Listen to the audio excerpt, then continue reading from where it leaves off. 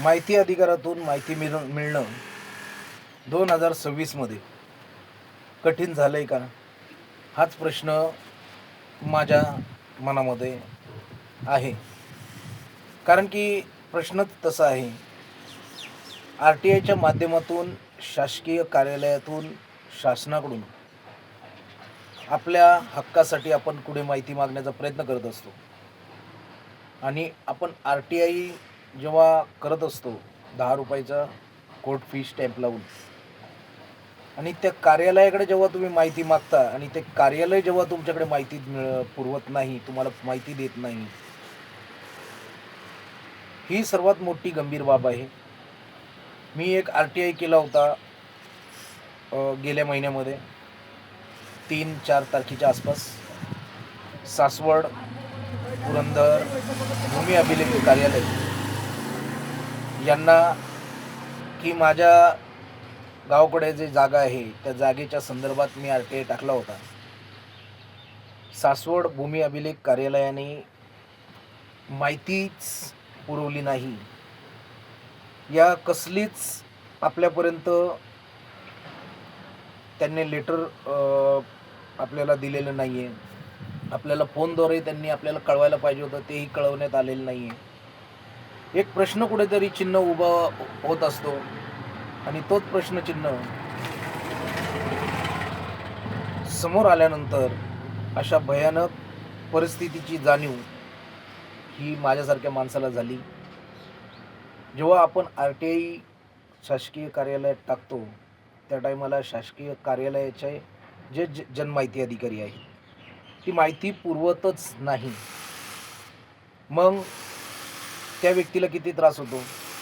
30 दिवस थांबा, 30 दिवसानंतर परत अपील करा, परत त्या ठिकाणी परत 30 दिवस या 40 दिवस परत त्यांच्या अधिकाऱ्यांकडे केल्यानंतर 30-35 दिवस जातात. म्हणजे ते 30 दिवस हे 30 दिवस असे करून 60-70 दिवस प्लस दुसरं जेव्हा तुम्ही अपील करता महाराष्ट्र राज्य माहिती आयोग मुंबई असेल किंवा पुणे असेल. आता आम्हाला जे माहिती अधिकारातून जी माहितीसाठी अपील करावं लागेल ते महाराष्ट्र राज्य पुणे विभागाकडे अपील करून ती माहिती त्यांच्याकडे दाद मागावे लागेल. त्यानंतर तो निर्णय झाल्यानंतर आम्हाला ती माहिती मिळेल. म्हणजे आपण कोणती गोष्ट मागत असताना आपल्याला शासनाच्या कार्यालयाच्या माध्यमातून आपल्याला कसं पळवलं जातं हे सर्वात मोठं उदाहरण माझ्यासमोर आलेलं आहे. म्हणून आज शेअर करण्याचा प्रयत्न करत आहे. आपण काही ठिकाणी आपण माहिती मागतो, आपल्याला गरज असते म्हणून माहिती मागत असतो. काही गोष्टींचं नॉलेज नसतं म्हणून आपण शासनाला विचारत असतो. शासनाला विचारत असताना जर शासनच किंवा शासकीय कार्यालयातील विभाग म्हणजे जसं पाणी विभाग असेल, तहसील कार्यालय असेल, कलेक्टर असेल व इतर काही शासकीय कार्यालयाच्या माध्यमातून माहितीच पुरवली जात नाही. मग RTI टाकल्यानंतर सुद्धा व्यक्तीला कुठेतरी लढा द्यावा लागतो RTIच्या माध्यमातून सुद्धा. आणि काही ठिकाणी तर न्याय मिळत नाही. कारण की 25,000 रुपये अधिकाऱ्यांना दंड असतो. 25-20 काही जे असेल ते. हा सर्वात मोठा प्रश्न आहे की महाराष्ट्र राज्य माहिती अधिकाराच्या संदर्भात एवढी मवाळ भूमिका कशी घेऊ शकते. आणि ज्या ठिकाणी मी कार्यालयामध्ये माहिती मागितली होती सासवड या ठिकाणी पुरंदर अभिलेख कार्यालयामध्ये, त्या ठिकाणी असलेले अधिकारी पूर्णतः झोपेत गेलेत काय हाच प्रश्न मला जाणवत आहे.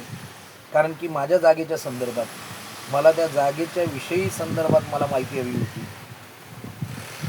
माहिती देण्याचं कारण माहिती न देण्याचं कारणही त्यांनी आम्हाला सांगितलं नाही. ही सर्वात मोठी गंभीर बाब आहे. जर माहिती देणार नसतील तर ह्या माहिती अधिकाराचा ह्या RTIचा काय फायदा.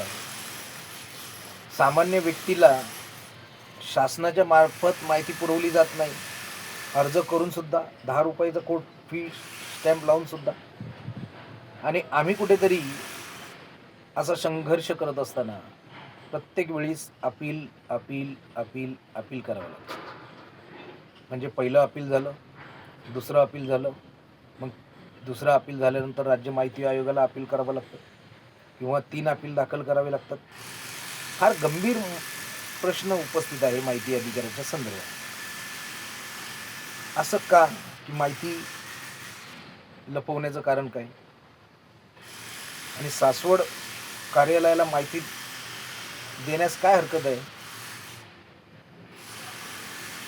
सासवड कार्यालय हे भ्रष्ट झाल्यासारखं मला तरी वाटतं.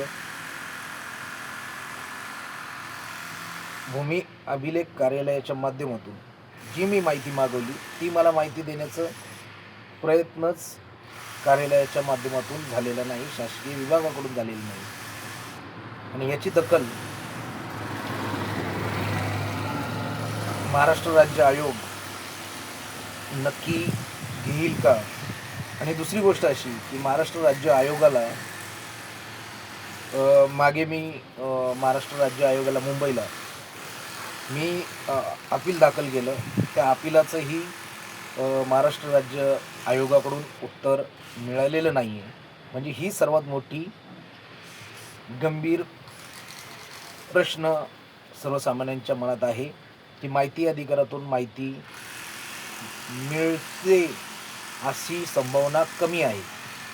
म्हणून आपण आज हा व्हिडिओ काढला. आणि काही लोकांना जर ह्या माहिती अधिकाराच्या संदर्भात काही गोष्टींचा जर अनुभव असेल तर 100% माझ्याबरोबर कमेंट करून शेअर करू शकता. माझा अनुभव मी आपल्यापर्यंत पोहोचवण्याचा प्रयत्न केलेला आहे.